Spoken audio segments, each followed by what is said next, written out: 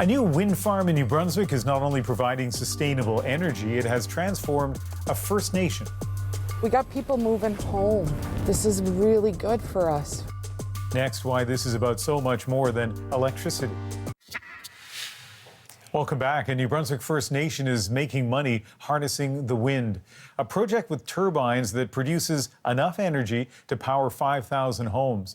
But it's delivering even more than that to residents. Rachel Cave shows us the project and its impact.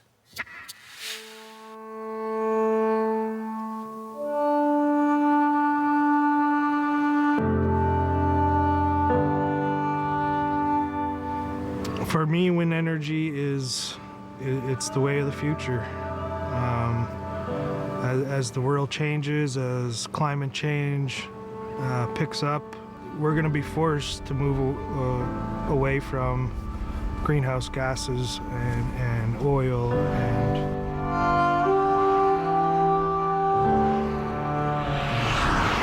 any kind of energy that emits carbon. So having the opportunity to do a project like this is something that I was happy to be a part of, and that I'm proud that we were able to complete it, and it's something that my community can be proud of. All right, now that everybody's seen. When I was first elected chief, at that time we were a broke community. We were in third-party management. Nobody wanted to do business with us. Banks didn't want to lend us money. So we were in a tough position. And it seemed like there was no hope. Probably about a month or two into my first term as chief, I got a call from one of our community members, which is also a consultant. And he said, "Look, Chief, there's this renewable energy company. They're looking for partners to bid on a program through MB Power for wind energy. They want an Indigenous partner. Are you interested?" So I said, "Yeah, I'm interested."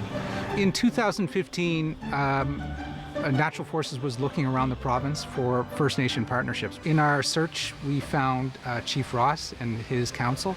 They were also looking to get into the green energy space. And so that was the start of a great relationship, which has now culminated in 6 years later into a wind farm. My name's Tana Perry. I'm the band manager for Negotkuk First Nation, also known as Tobic First Nation. How does it feel to be here today? It's a mixture of emotions, from ecstatic to happy to a relief, and it's been a whirlwind, pun intended. This revenue is going to go back into our community and feed those gaps that are there now and allow us to flourish and say, now we can put a housing plan into place that's going to fit the needs of our community.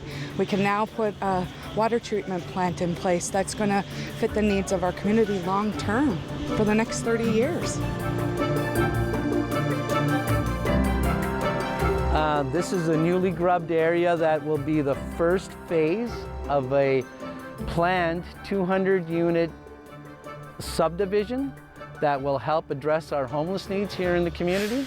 How would you describe the demand for housing right now here? Right now, our backlog is over 200. Families? Yes, yeah. Waiting for a place to live? Waiting for a place to live. What are they doing in the meantime? They're doubling up in homes. They're staying with family members. What does that do to a community in terms of spiritual health? I'm sure it contributes to a lot of the other problems that we have within the community, because if you don't have a good place to lay your head down or come home and do your homework or a place to invite your friends over after school, it's a hereditary, you know, it's an ongoing problem.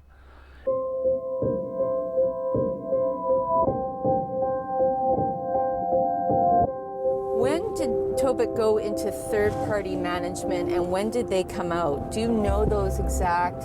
Yep. Okay. 2007, 2007. and we came out in 2000. We were there 12 years. Everything got just shut right down. It set us back 12 years. So what this team has really done is set a path forward in a good way. I mean, you've seen a lot of the new builds that are going up.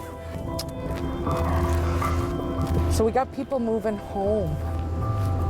This is really good for us, right? Like, there's so much activity. This wasn't here 6 years ago, Rachel, when I got here.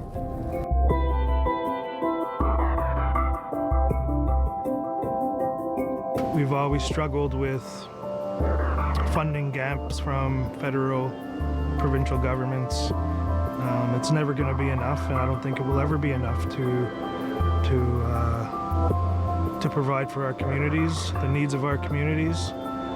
So the only way to get around that is to build a economic revenue producer, and try and build our own source revenue to a point where we don't have to always rely on federal and provincial funding to meet the needs of our community. Put it this way, the community should see, on an annual basis, $800,000 to $1.2 million a year. And our community is going to be receiving those returns for 30 years, way past beyond my tenure.